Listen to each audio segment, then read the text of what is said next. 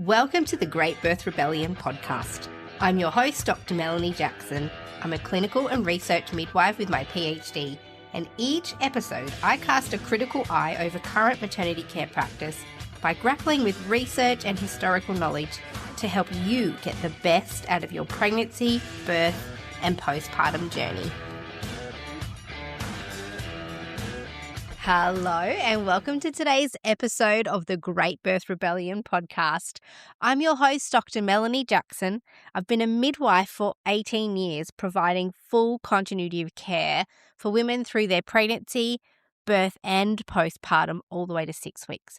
So I feel really equipped to talk about today's topic because many midwives don't get to work with women who are experiencing mastitis. Sometimes this can come on in the first few days we're in hospital, but it's not very common that's what happens. So I've had 18 years of working with women in the first 6 weeks postpartum, and I've had to nurture them through countless bouts of mastitis. And something that some of you might not know is that I actually also have qualifications as a naturopath. So I understand and incorporate natural therapies and nutrition into my care of women as a midwife. So I've studied homeopathy, herbal medicine, supplements, nutrition, a range of other alternative therapies. And I know many of you might be going, oh my gosh, we thought Mel was evidence-based. How could she be using natural therapies? And I've had emails and messages from people saying, how dare you? I trust you. Why do you support things like homeopathy and herbal medicine? There's no research. I want to ask you if you've actually done the research or if this is just your general opinion, because obviously I went to university and studied naturopathy for 3 years, and I do feel like there's quite a bit of evidence behind a lot of the things that I'll be talking about today. So today, I want to share with you my mastitis protocol. And it comes with some really clear warnings and recommendations, and I'll explain why in a minute. But first, in the interest of keeping this podcast completely free to you, the listener, this episode is sponsored by my dear friend and birth prep extraordinaire, Poppy Child from Pop That Mama. She's a doula and hypnobirth practitioner, and her online hypnobirthing course, which is called the Birth Box, has already helped thousands of women get ready for labor. And you know me, if you've been listening to the podcast long enough, I am so picky about what I will endorse on this podcast, but I do get behind the work of Poppy and what she's doing with the Birth Box. What I love about the Birth Box is that it is practical. It teaches you tools not only for the birth, but for pregnancy and for your life with children. In the Birth Box, you will learn tools to manage pain, how to stay steady when labor gets strong, and how to advocate for yourself in medical settings. So it's all about giving you knowledge, confidence, mindset, and tools that will help you on the big day. There's a little cherry on top in there as well. It's called the Oxytocin Bubble, which is a full album of soundtracks to guide you through labor, help you stay in the zone. The Birth Box is rated 5 stars across the board, and with my code Melanie, you'll get 25% off the Birth Box. The link is in the show notes. Okay, as I said, this episode comes with some clear warnings. So I am qualified as a naturopath. I don't work as a naturopath anymore, but I do incorporate that knowledge into my care for my midwifery clients. I'm also a nurse and a midwife, and I have 22 years of clinical experience in the health field. So I have the capacity for clinical reasoning and management skills that allow me to quickly assess and manage situations like mastitis. So today I'm going to share with you the mastitis protocol that I developed very early in my career. It was actually based more so on my naturopathic training, what I knew about the body, what I knew about the physiology of mastitis, or the pathology of mastitis. Really, it's not a physiological thing. It's a pathological thing for women who are breastfeeding. So this was not specifically based on my midwifery training. We got a little bit of training about how to help women work through mastitis, but it was very medically focused, and there was medications, and I didn't find it very holistic. So fortunately, I have additional skills in natural medicine, and so that's what I've incorporated into my mastitis protocol. They don't really teach midwives what I will be telling you about today.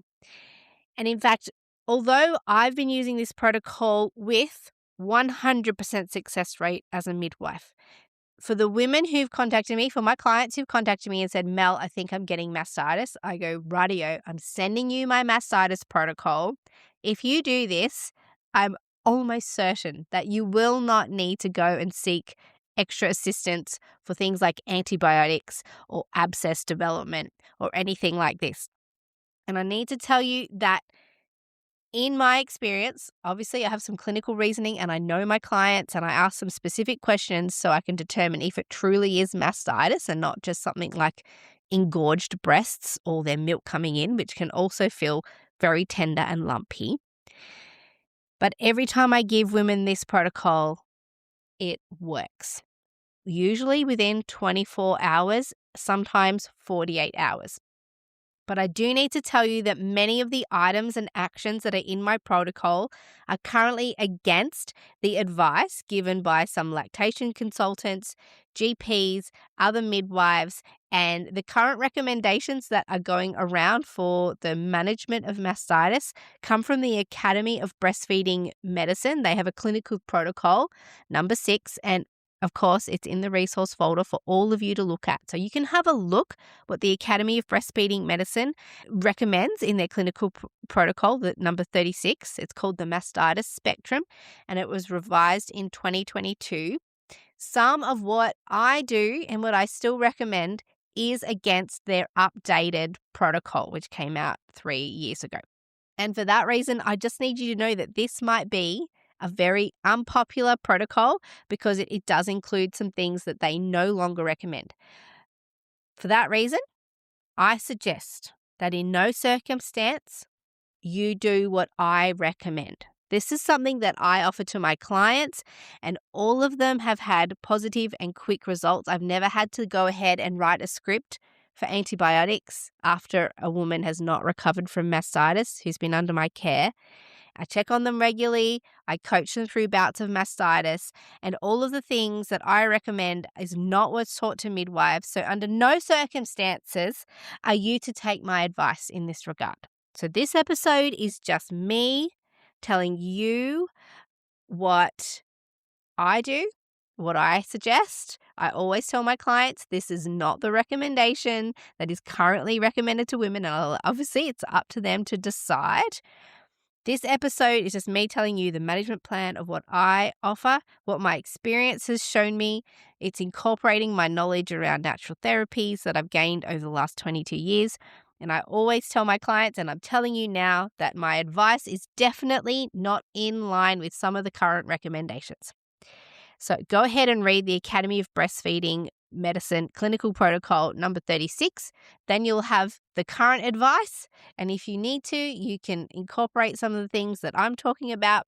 But I just need you to know this right up front. But in the resource folder for this episode, as all the others, you'll find lots of guidance about what the current recommendations are, some of the current research, some of the research around the elements that I have included into my protocol, because they're not all against current guidelines, but some of them are. So you get access to that resource folder by joining the podcast mailing list. It's easy to do. You just scroll down the bottom into the show notes, and you can join the podcast mailing list at melaniethemidwife.com, and then you get sent a link to the collective resource folder for this podcast. What I've also done in there, if you are a woman and you're listening to this, or you're a midwife and you think, oh my gosh, I just need some help working out how to help women with mastitis, I've put my entire mastitis protocol, a summary of it, dot points, so it's really clear. A full summary of this episode is in that folder, in the resource folder. So you can actually print off the mastitis protocol. It's completely of my own invention. It's absolutely absurd. You shouldn't use it. And so if you want to see it, you can print it off and then use the printed copy to put big red crosses and big red marks all over it because of how wrong you might think it is. So this episode is not about how to treat mastitis. It's about how I have come to treat and manage mastitis. I used it for myself. I offer it to my clients and they have an opportunity to choose it or to choose something else. However, when they do choose to go ahead with this protocol, they've never had to move to antibiotics after applying this particular protocol. As I said, some of it is not in line with the evidence, or the current, not the evidence. There's a lot in line with the evidence, but it's not in line with the current recommendations. So this protocol, although effective in my clinical practice, again, as I said, and I'll say it one more time, goes against current mastitis management guidelines. But here you go, the mastitis protocol that Mel uses, Mel's mastitis protocol. Now, if you are or have repetitive bouts of mastitis, the best care providers to assist you with breastfeeding-related pathology are lactation consultants and experienced midwives. So if you feel like you might have mastitis, contact a midwife or lactation consultant immediately. Some maternal and early childhood nurses have the skill with this, but really your experts in this area are midwives or lactation consultants. Most general practitioners are not trained to assist with the continuation of breastfeeding. There are some fantastic ones who specialize in women's health. And of course, if you've got a GP who's also a lactation consultant and has an special interest in breastfeeding and assisting you with the continuation of breastfeeding, then that's great. But most are not trained to specialize in this area. And often you will go and with very little assessment, they will offer you antibiotics as a treatment without reviewing the bigger picture. But an infection is not the only reason that you would or could get mastitis. So antibiotics is not warranted in a vast majority of mastitis circumstances. So just be careful. If the GP is your first port of call, you might find yourself on an unnecessary antibiotic regime and potentially not addressing the root cause of the mastitis. So midwife or lactation consultant is where it's at. And with mastitis, you want to get treatment sooner rather than later. This thing, it can really suddenly come on and suddenly become concerning and difficult. So my clinical experience is that this protocol, Mel's mastitis protocol, it creates improvement usually from what I've seen with my own clients and with myself, I've used this for myself, within 24 hours. So with mastitis, if it's not getting worse, it's getting better because it can get worse so fast. If it's not getting worse and you're sort of feeling around the same, it's probably turning a corner and getting better. So the acute pain and the flu-like symptoms and actually the absolute distress that you can feel when you have mastitis, you almost feel like pushing your baby off your breast because of how tender and difficult it can be to feed. There's a real aversion and emotional reaction to mastitis. Often it's quite an emotional experience. But those severe symptoms, the acute symptoms, should be subsiding within 24 hours of using this protocol. So once you feel an improvement, and this is the same with all mastitis management, once you feel an improvement, keep doing what you're doing, keep using the remedies and the management strategies until you're completely recovered in order to prevent a relapse. So in the event that your symptoms don't improve by 48 hours, consider that you would need additional assistance to help clear up that mastitis. At least have a professional opinion, discover what the cause is, especially if it's reoccurring, then you haven't addressed the root cause because it keeps coming back. And many of the things in Mel's mastitis protocol can be done at home. And that is always my aim. My aim is that a woman would be able to treat and self-manage her mastitis so that you don't have to leave the house to go to appointments and to see numerous healthcare providers.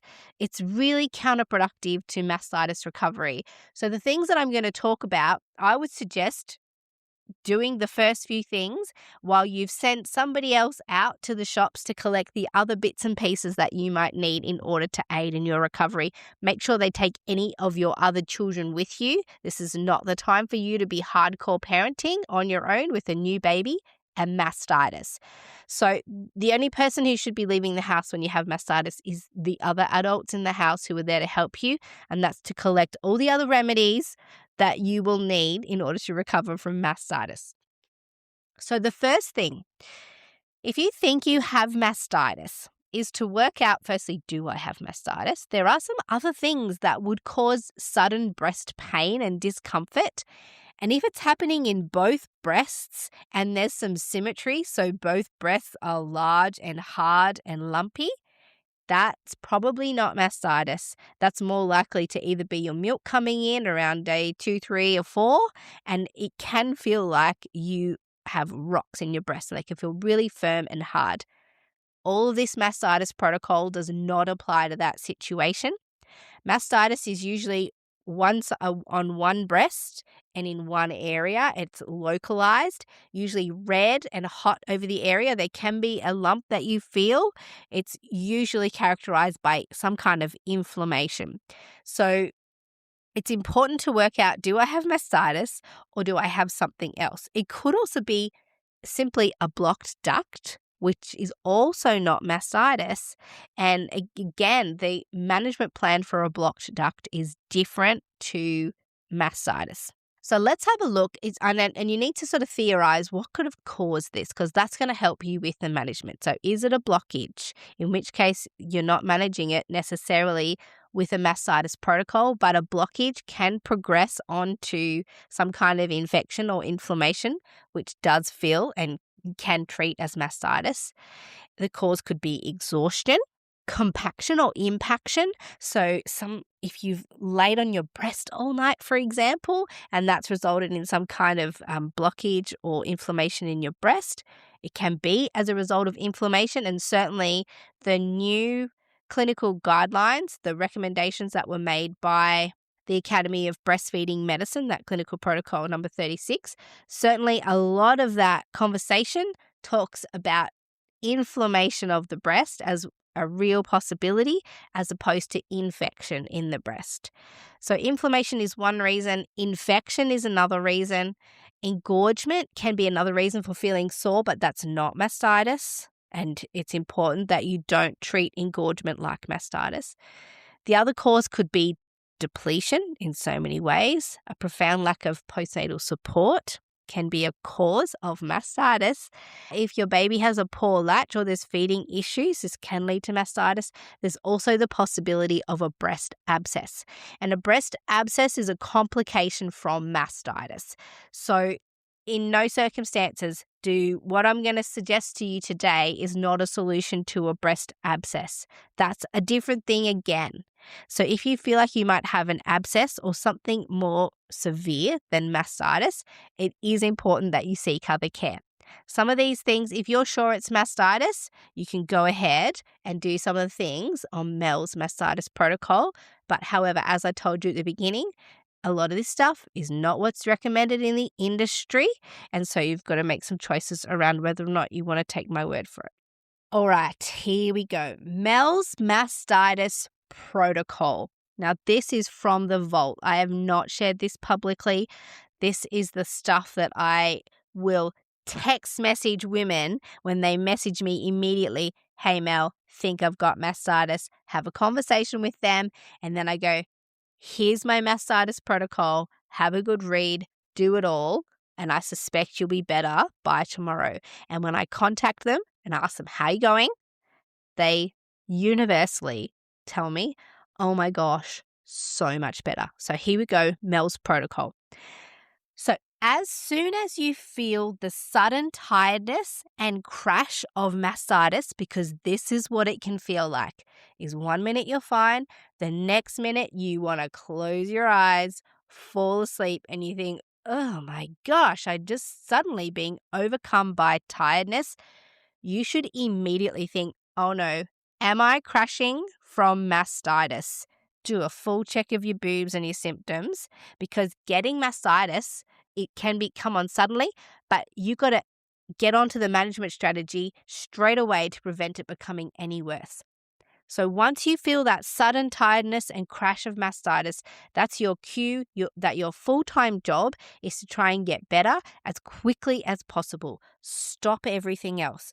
Mastitis moves fast, and the sooner you start managing it, the slower it will progress into a serious situation, and the less likely it is to progress onto other complications of mastitis. So the very first step in Mel's mastitis protocol is to plan to rest and sleep. And because one possible trigger of mastitis is that you did too much on that day or in the days following up and you're profoundly exhausted. This is your body saying it was too much and it can't cope. And so mastitis comes. But before you lay down to rest, here's what you need to do. But don't just go straight to bed. There's a few things you need to do to prepare for your full-time job as a person recovering from mastitis. So firstly, before you go down to rest and sleep, tell the rest of your family that you are ill and you must spend the next 24 to 48 hours engaging in full-time personal care. So you need to arrange alternative care providers for your older children. Potentially that's your partner if they're supportive and helpful, or call in other help because you and your baby will be spending all of your time recovering from mastitis. So that's point number 2. Point number 1 is rest and sleep. Point number 2 is you have to tell the rest of your family that that is your plan and make arrangements, delegate the care of the other things in the house and the other children in the house to someone else. Next, before you go ahead and rest and sleep, make sure that you hydrate. Hydrate adequately with water or zero sugar electrolyte drinks. And the zero sugar is important. So make sure that those electrolyte drinks are not high in artificial colors and flavors and sugars. So something that's as clean as possible. So keep sipping as much as possible, just slow, regular, consistent sips because you need to stay hydrated in order to recover from mastitis. Have fluids next to your bed. So before you go to sleep, set all that up, a hydration station to make sure that you're adequately hydrated and you don't need to leave the bed in order to keep getting fluids. That's number 3. So we did rest and sleep, prepare the rest of your family that you're about to shut down, hydrate and make sure that you've got a plan for that. Your hydration station is all set up. Next, before you do anything else, remove any restrictive clothing. This is point 4. Remove all restrictive clothing, including bras and feeding singlets. So you've got to let your boobs go free and loose under your shirt. And then when you lay down, if you've got mastitis, you won't want to put any pressure on that sore breast, but try and avoid compressing your breasts while you're sleeping. Number 5 is avoid eating sugar and sweet or processed foods with white flour products within them.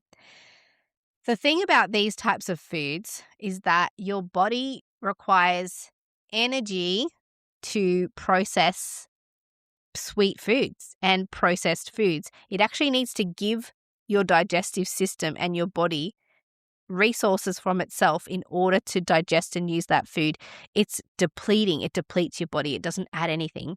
Not only that, but sugar can multiply the breeding of infections and bacterias. It depletes your immune system. It makes you less capable of dealing with what's going on right now with mastitis. So no sugar, nothing sweet. It depletes your nutrient supply, contributes to the bacterial growth. And if you really, really must go back to it afterwards, please do, but avoid it while you're recovering from mastitis. Now, the next thing, and here's where people will start to get bothered and say, Mel, I can't believe you believe in homeopathy. There's no evidence to support it. I've put a whole bunch of research papers in the resource folder if you want to have a look.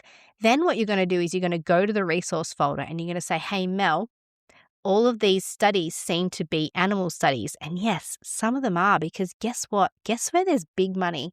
There's big money in keeping large stocks of animals like cows, lactating cows, dairy milk cows. There is a stack of money invested into keeping them healthy, free of mastitis, which is a really big problem, and free of infections. So guess where a lot of the testing on homeopathy for mastitis is? It's on large farms by farmers who are caring for lactating cows. I'm not saying that that's what you are, but they've had such promising results that some of the research shows that just by dosing the cows with homeopathy instead of antibiotics, reduced mastitis amongst the herd for the farmers by 50%, which is a massive cost saving for them. And the homeopathic remedies, one of the papers said it costs 7 cents per cow to treat, which is super important to farmers because they need to know, if I've got to treat 1,000 cows, how much is it going to cost me? Now, one of the homeopathic remedies that is synonymous with the treatment of mastitis, as I trained as a homeopath, but also now as a midwife, I've been able to kind of test how this thing works on real life women. There are not just animal studies in that resource folder, by the way. There's some other studies on actual people. But Phytolacca, homeopathic Phytolacca pills, not a cream. These are pills that you would put under your tongue. The plant is pokeroot, but it's homeopathic Phytolacca, Phytolacca, but you'll see this in the protocol. If you go to the podcast mailing list, you'll get that protocol, which is in the resource folder. You can find it at a lot of your local health food stores, or if you've got a homeopath nearby, you can just say, hey, got some mastitis, need some Phytolacca, homeopathic Phytolacca. Start dosing approximately every 2 to 4 hours until you feel the change in your symptoms. However, if there's no change within 48 hours, I would stop this remedy. There are other options, other homeopathic options. Phytolacca is the one that I have found works most effectively as part of this protocol. And the benefit is that there's no known side effects. They haven't seen any circumstances under which you have a reaction to homeopathic Phytolacca. So it's quite okay to self-dose with this, but if it doesn't work, you don't just keep taking it. It might be a sign that it's not the right remedy for you. Okay, that's what I'll say about homeopathy. If I've lost your respect, that's fine. Don't use the protocol. You don't have to. It's just something that I've used that works. If you don't believe me, that's fine. Okay, next. And again, there's heaps of research on this. And again, that's in the resource folder. And this is something that is recommended in the current guidelines, is probiotic supplements. Honestly, get whatever you can afford. Something is better than nothing. But there are some brands that are specifically studied for their impact on mastitis.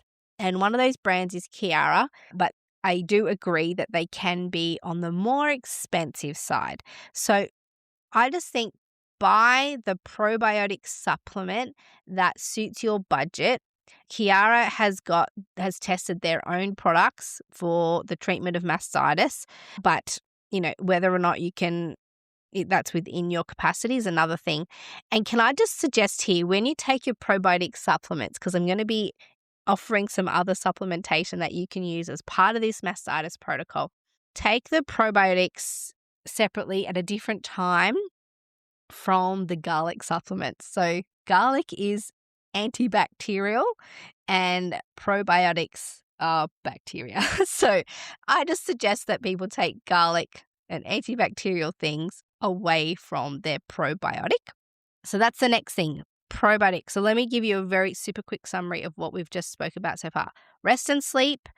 Tell the rest of your family so that you are free to look after yourself. Hydrate, remove restrictive clothing, avoid sweet and processed foods, homeopathic Phytolacca tablets, a probiotic supplement.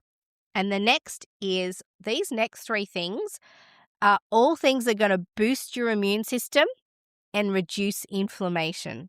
So these 3 nutrients are all about that. So if it is an infective process, if there's an infection, these are the things that are going to boost your immune system. So vitamin C, and I usually suggest around 3,000 milligrams. Zinc supplements. Usually the practitioner brands are your better brands, something like Bioceuticals, which you'll get behind the counter at a chemist or health food store where you can ask for it. And then the next one is a garlic supplement. So the garlic supplement is antibacterial, among other things, but also immune enhancing. And as I said, the practitioner strength brands are the best. And then just take them as recommended on the package. But once the severe symptoms have stopped, I would discontinue taking the garlic because that can be quite a harsh tablet to take and can be a little bit irritating to your baby if you take garlic on the long haul. But definitely continue with the vitamin C and the zinc until you are 100% recovered. Zinc is best taken on an empty stomach, and the garlic and vitamin C, take it with food. Now, because the garlic supplement is sort of a shorter term supplement, if you don't want to go out to the shops and buy garlic supplements, garlic tablets, you may already have some sitting around. Great, go for those. If not, you can, as an alternative, chop up a garlic clove and mix that in with manuka honey, which is also quite health enhancing, and just take that in a teaspoon and down the hatch. You don't have to chew it or anything. Just swallow it like a pill. Follow it. Make sure you have food and water with vitamin C and garlic so that they're all in your belly with the food. That can be a helpful garlic supplement alternative. Do that a few times a day for a good solid dose. And my next suggestion with the garlic is don't purchase odorless garlic tablets. Some of the goodies and benefits of garlic are in the odor, fortunately or unfortunately, but you've sent your family away. Nobody wants to be near you anyway, so if you smell like garlic, it doesn't matter. Okay, that's my next suggestion. That is for the boosting of your immune system, and your immune system will be the thing that needs to fight any kind of infective mastitis. The other thing I will say here is it doesn't matter what the cause of the mastitis is. It's absolutely completely safe and actually recommended that you continue to feed your baby as usual. So even if you think that the mastitis is caused by an infection, you don't have to stop feeding your baby as a result. All right, the next thing that happens when you have mastitis is you might feel like you have a really rough flu, and part of that could be a fever. The thing with fever, and this is something that I was taught as a naturopath, is that a fever is a natural response from your body. It's an immune response from your body to try and fight whatever bug is in there. Your body's super clever. Your immune system knows what the fastest way is to kill a pathogen, and some of them need to be responded to with a fever. And so if you have a fever, the suggestion would be is to just let the fever run, have the fever without taking medication to stop it. The reason people stop fevers is that you feel absolutely rubbish when you've got a fever, but hopefully you'll be lying down and sleeping to allow yourself to get through that. And other people worry about when your fever gets too high. So of course, anything more, people say that a fever is 37.5 degrees or more.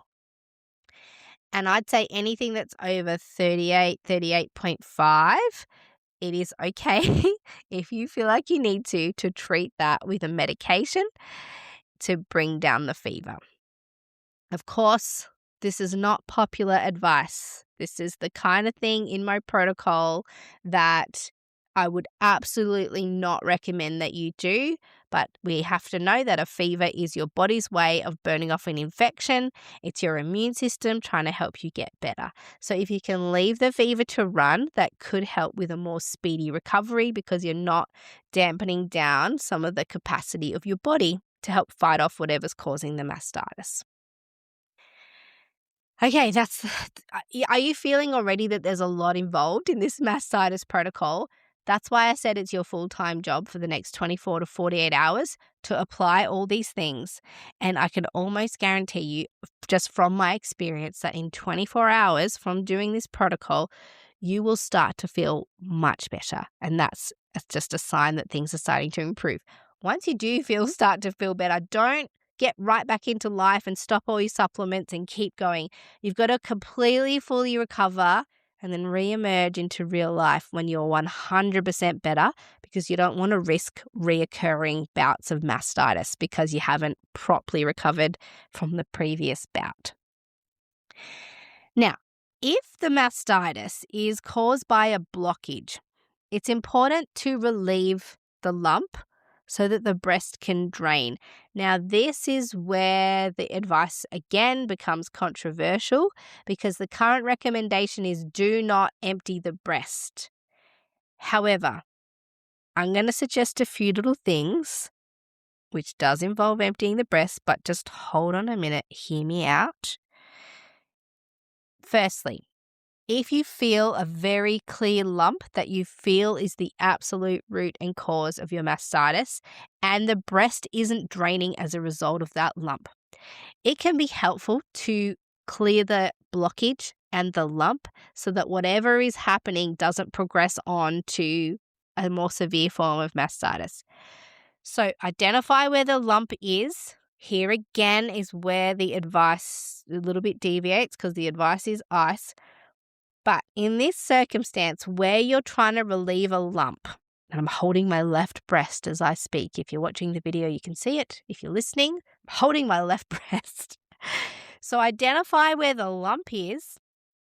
Apply a heat pack as hot as you can tolerate. So it doesn't have to burn your skin, but make it as hot as you can tolerate over the lump for 10 to 15 minutes.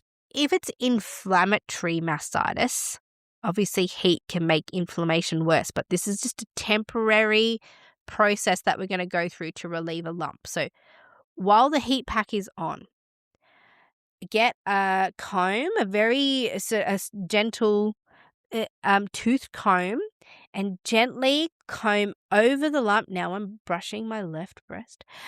Gently comb over the lump in the direction towards the nipple.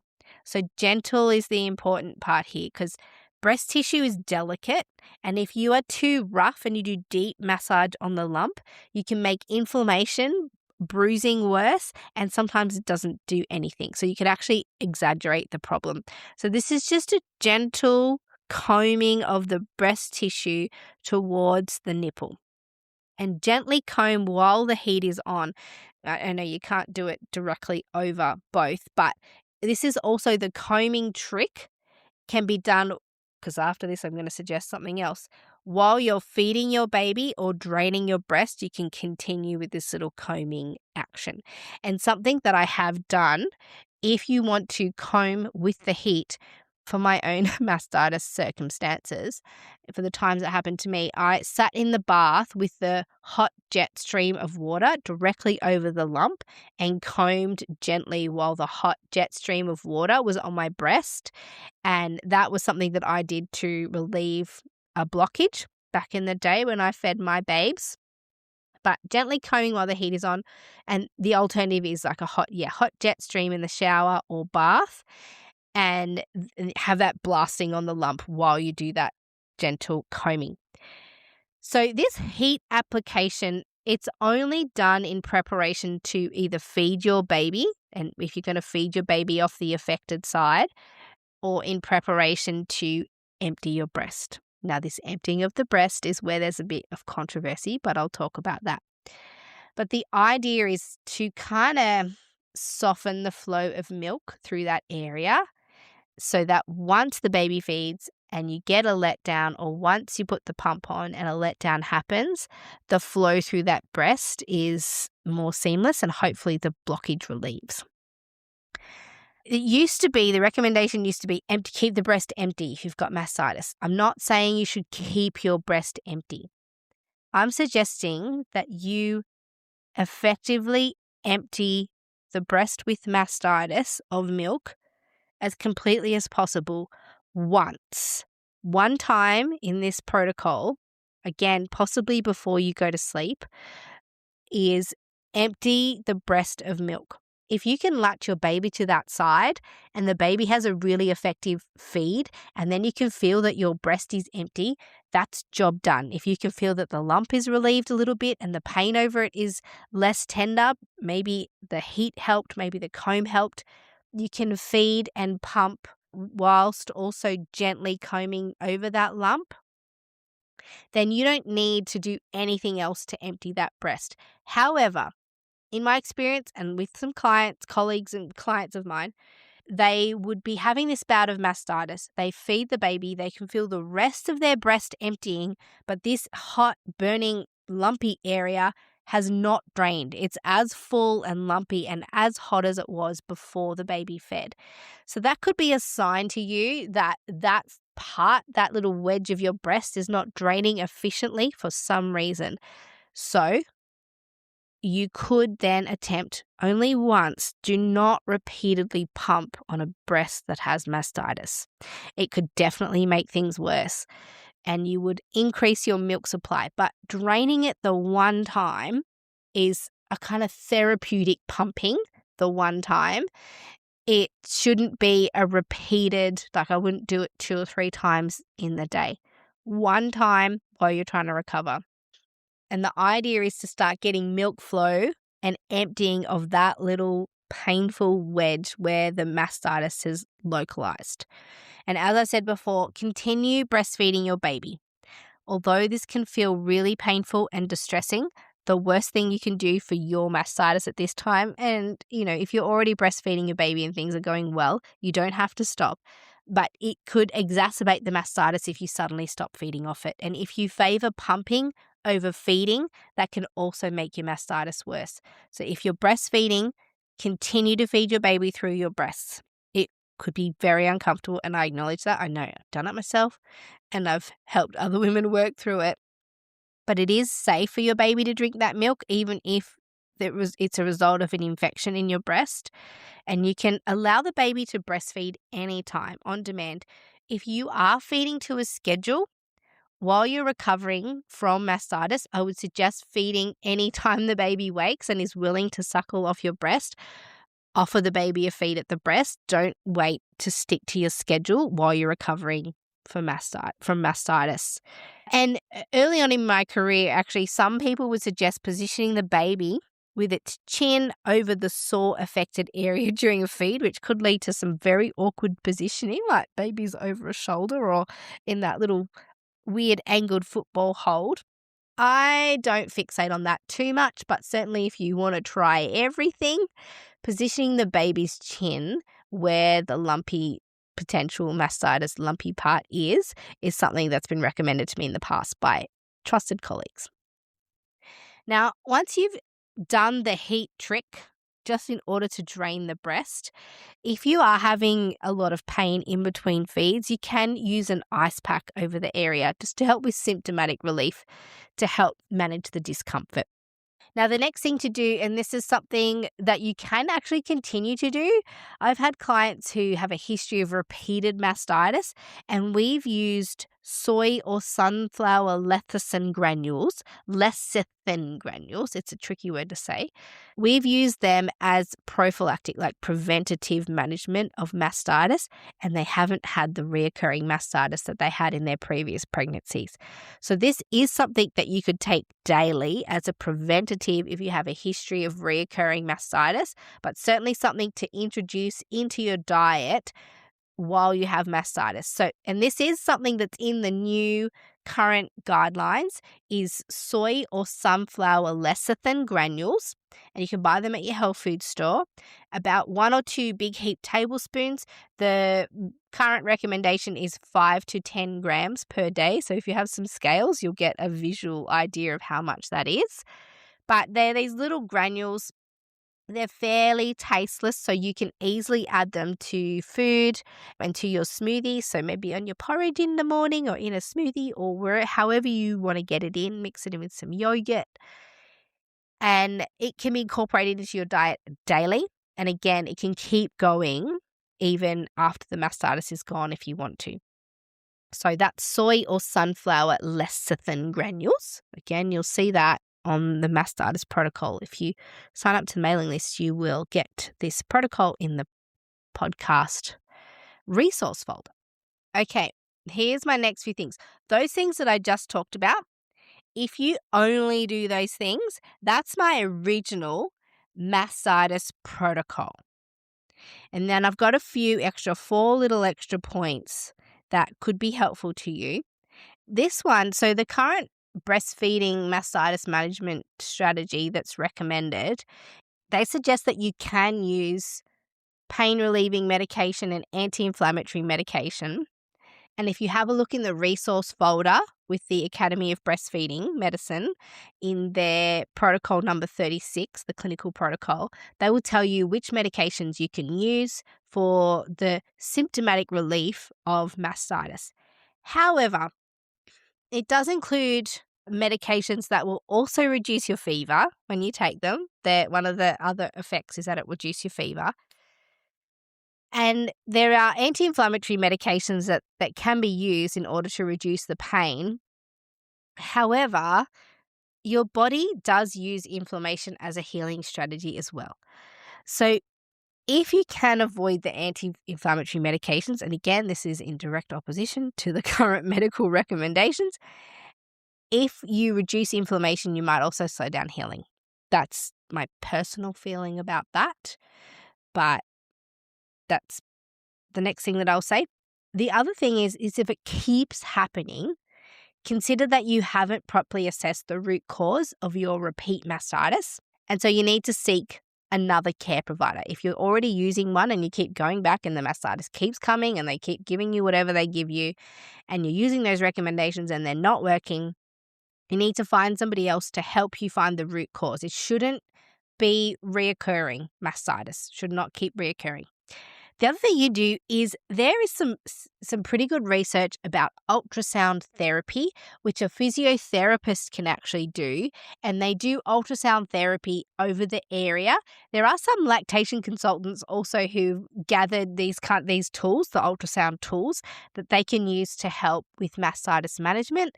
That's something that you can use in the moment. So if you feel like you can leave the house and you have a physiotherapist who you know can do this, that's an option.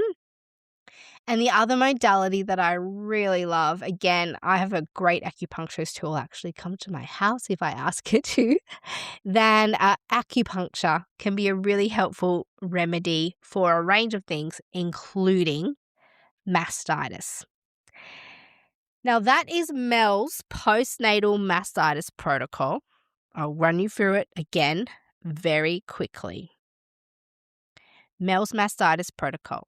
As soon as you feel the sudden tiredness and crash of mastitis, it's rest and sleep as a priority. Your full-time job is to try and get better as quickly as possible. That relies on you telling the rest of your family that you are ill and you need the next 24 to 48 hours in bed. You have to hydrate. Reduce all restrictive clothing, free your boobies.